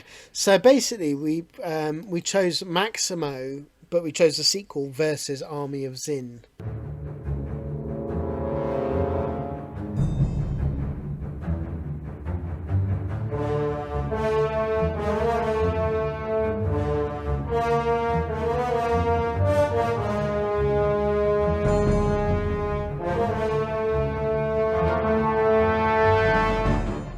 Now, if you've never played Maximo or the sequel that we're going to discuss here, it's part of the Ghosts and Goblins universe, set in a 3D world. Yes, you get to see your underpants if you lose your armor, but it's really, really good. I mean, the first game I've obviously played on real hardware. And Army of Zin I went for because for some reason I couldn't get the first game working. I played no bother, launched fine. I was in my element reconnecting with it. Absolutely brilliant. Because obviously the first one, before we move on to this one, there's more. You would recognise Ghosts and Goblins more with the music and the spooky graveyard theme and all the rest, isn't it? It's just, especially the first level is a right homage to Ghosts and Goblins. Just when you play it, it's superb. Yeah. I mean, and I'd like to go back, and probably I just need to get another ISO or something like that. But these games are really, really good. The Maximo games. Excellent. But I mean, I'll pass it to you then, Kingy. Do you want to describe it to our listeners? This is the type of games I'd more lose my shit on playing, and I would probably spend most of my 3D gaming years playing games of this ilk. It is that, if you've played Ape Escape or you've played, I suppose in some ways Mario 64 has got a lot to answer for, and the rest of the world tried to, I'm not saying it's comparing it to that at all, but you know what I mean, there's just levels where there's so many secrets, 3D environments, there's so many secrets, routes to take, but this has got great enemies to battle, good swordplay, just fantastic locations, and obviously, I mean, you've got the army of Zin to actually battle against, as it says in the tin. I mean, at the beginning, it was sort of like in a sort of graveyard garden. It kind of reminded me a little bit of Medieval. I was just about to say that. Anyone that's played Medieval will recognise this instantly. It's got lots of the same elements to it. But all the Ghosts and the Goblin stuff, so the chests are there to pick up. Some benefit you, some don't. Some get teeth and chase you and bark at you like a dog. Most of the creatures on this are robotic type creatures this time round. But on this one, see, Maximo, had died in the first game, and the Grim Reaper brought him to life to sort the mission out. And this one, you can also, when you've got the right power-ups to do so, play Grim as well. So he's a bit like in the Suffering. You call upon him when it's a bit tough, and he's a lot more powerful with his scythe and wallops in a big circle and kills all the bad guys around him. There's a lot more interaction with the residents of the village. In fact, it's like every person who's been pursued, all the maids, it's like help. It's like Penelope Pitstop, help. You kill the soldiers chasing them, and everyone you have to wave at you. And here's a few gold coins. I think you get a bit bored speaking to them. I won't bother speaking to you. You know what I mean? Yeah. I was skipping some of the chests and things because I wanted to get further on in the game. Yeah, but in that first, it's a village that's been invaded in the first one, and the fire, as you said, is quite cool. There's only so many routes through the burning buildings, but the fire effects, the falling timbers, and that are absolutely fantastic in it. It's really good, and it's a collector's paradise. You'll see more dangerous routes to leap and platform to for chests that will give you the better armour, upgrade or whatnot. And it's just such an enjoyable adventure all the way through that both games, first and second, are worthy of anyone's time to actually play. Yeah, and I was really surprised again. This is another one where, I mean, I've even seen. Yeah, typically they go for about £8. both, So that's including cheap as postage. chips.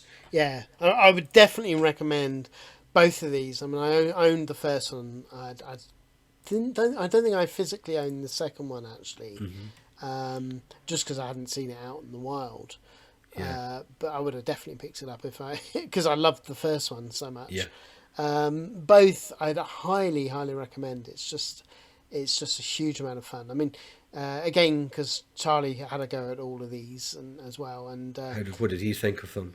yeah, I mean the Maximo he's played before, but he Right. in the Maximo sequel, but he was like, I'm gonna play this when I get home. He got totally addicted to, with it again, just because it's a lot of fun, and it looks fantastic in emulation with things upscaled as well. It does, yeah. Yeah, it really The locations are very varied, so you don't feel that sense of repetition either. I mean, it's just a high quality action 3D platformer.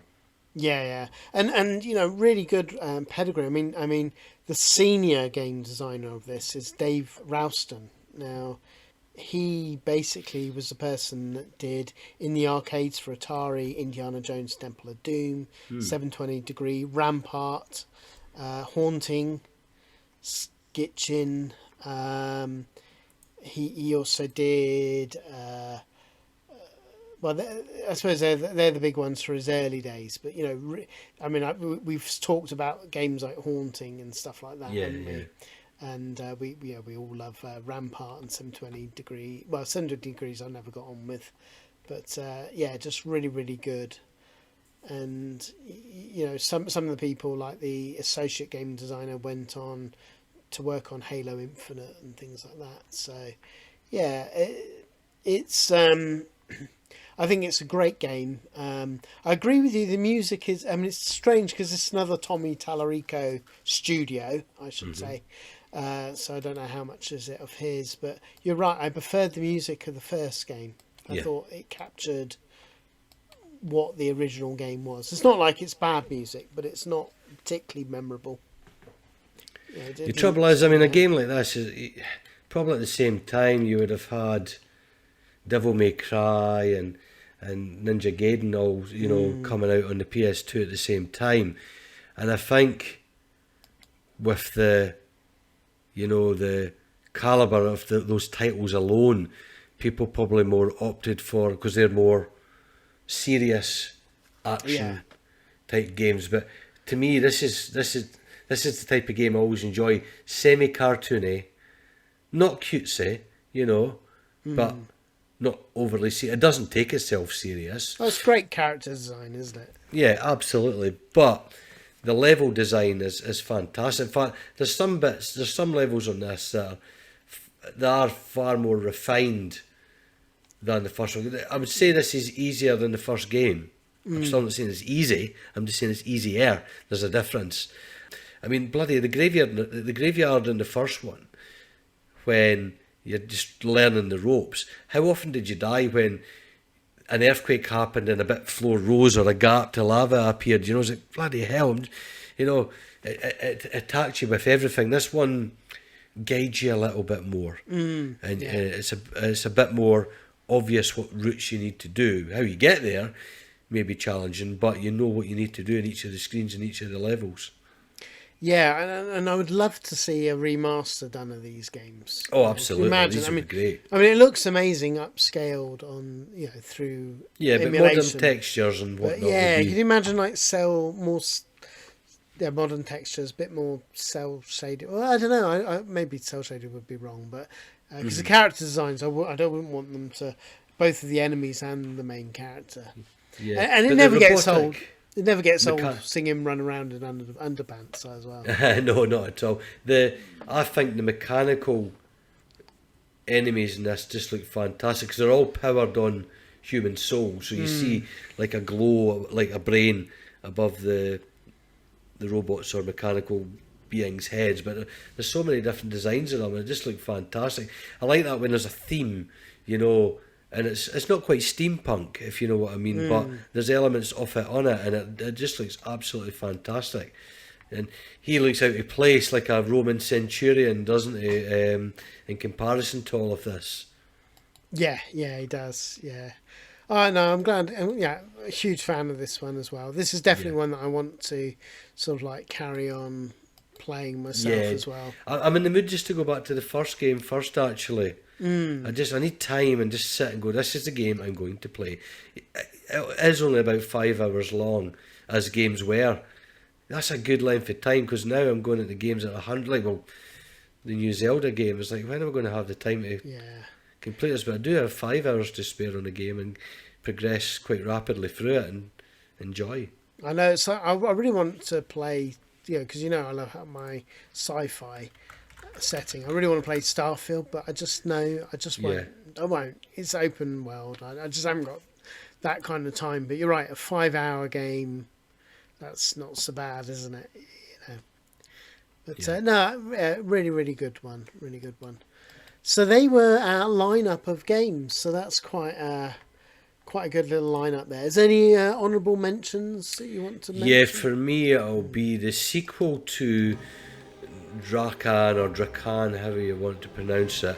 I played the first one on the PC many years ago, and it annoyed me back at the point where it was exclusive to the PS2. It was the Ancient Gates, and it continued the story because the story ended on a cliffhanger on the first one. Yeah. That peeved me. That I'm going to have to buy a PS2 now, just for this. But then again, when I saw Shadow of the Colossus, I knew I had to get a PS2 for me. But what a brilliant, I suppose, RPG-like hack and slash game where you get to fly in the back of a dragon. So if you've never played this, I think the way the game, if I remember right, the way the sequel's written is also newbie friendly. If it's the first, it's almost like a retelling of the story, if you want, as well. But I don't know if you've played it yourself. No, not really played it. But I'll look out for that one. It sounds quite good. Yeah, it's Sounds really good. As I say, there's a lot on the PS2 that It's I hundreds. need. I mean, because there's such a wide library, and it wasn't my main machine of the. I really only it was only retrospectively. I mean, obviously, I played it around my mates. My flatmate had a PS2, but it was always very limited. My time with it, really, whether it probably when I first got my own place and was like a bachelor and had more time, I would pick up PS2 games because they were so cheap. So that, but obviously you tend to get a lot of dross with that, doing that technique, and a few classics thrown in, but yeah, I mean there's so much I could learn on the PS2 library. I think the one that I would recommend is 10,000 Bullets. Yes. It's done by Taito. It was the same director of the Suikoden, I can never say that word, Suikoden franchise, the Suikoden franchise, which is Yoshitaka Murayama. And this is really, really good. If people have never played it, you're sort of, it's like slow-mo doing with bullets, and you work your way through. It's just really, really cool and as addictive as hell. And I never hear people mention it, really. And finally, which I mentioned earlier, the Samurai Western, I think is awesome. If you like, as I mentioned, if you like God Hand, you'll love that one. They're two of my recommends, I would say. One more for me would be Rule of Rose. That's a really expensive one, isn't it? Yeah, I've got that. I bought it was a promo disc off it, so you get in a slimline case, and I got it for something like £5 from eBay years ago. But it's the whole game, is it? Or Yeah, it's the whole game. Yeah, it's the reviewer's disc, if you want to call it that. Before they packaged the full box, so I've got a reviewer's copy of it. I've got to get myself in the mindset to play some of the PS2 horrors, because there's so many great ones, isn't there? And, there's something about those Resident Evil survival horror ones that, when I'm in the mood for it, I mean, it's like going back and playing Eternal Darkness. Eternal Darkness, yeah. Incredible game, but that's just a story told really well. I just love the I love running about mansions and games. It's just, you know, it's where it's I suppose quite Lovecraftian, isn't it? Many of these things that just thoroughly enjoyable. I mean, I recommend like that. the idea of, I mean, because we've often just talked about around Halloween time, isn't it? Yeah. To do like a PS2 horror, but the trouble is you have to invest so many hours into these games to really get the most. And as I mentioned, it's so difficult now for me to play these horror games because Yeah, I for just sure. can't. I have to do it when no one's around. Yeah. You know, like my granddaughter or that. But yeah, no, Rule of Rose looks pretty epic. It looks very good, and it's well regarded, isn't it? It's one of It's the big awesome. collectibles. Cool. Well, is there any more things you want to say before we wrap things up? Yeah, I mean, we barely scratched the surface on the PS2 there, and we don't give it enough love. We occasionally tap into it. Obviously, the Yeah. Racers one we did a while back was super fun. By all means, for the listeners, please reach out to us and let us know some of your own, not necessarily hidden gems, as I said, because it's mixed views at this period in time, but definitely deep cuts games that people might not be aware of at all. I mean, think of games like Mr. Mosquito or whatnot else. You know, there's so many out there that's outlandish games, quirky games. Oh, we had such a list that we had to whittle down, and you know We did, yeah, and it was finding ones that we were in the mood to play, wasn't it, as well? Because for sure. some of the games weren't your thing that I was suggesting as well, wasn't it? Yeah, really? yeah. So, That's right. and vice versa. So, yeah. Well, anyway, I know it's been a shorter one than usual. A short Actually. one. That makes an easy edit for me. The next one will be epic. Paul's I to know edit. it's That's not all fair. Let's carry on talking. Let's I, go through that. I orchestrated this. No, so well, I hope you enjoyed, and don't forget as well, meetup on the 14th of October, and obviously Yeah. we'll be there at the 13th as well. Yeah, it'd be Arcade good to see Berry, one. you're more than welcome. Just reach out to us on Discord. Yeah, there's a dedicated channel there Yeah. on that called Arcade Club Meetup, and you know, listen, none of the guys are. Everybody was a stranger at one point when they came, and each time a stranger has went down, they left. Now Firm being friends. Yeah, exactly. Yeah, no, it really is. It's a firm group of friends. Everybody's welcome. The only reason we say with the Discord is just so it's easier to meet up with us all. That's right. And you because see that tends to be- real-time information. Exactly. But yeah, as we stressed before, it's not like it's a markup or anything. It's just a location to meet up. So you just buy your ticket and make your own way there, and we'll be there as well. So you're more than welcome That's to join right. in on the fun. Absolutely. Looking forward to it, mate. Fab, awesome. Well, thanks everyone, and keep it retro. See ya.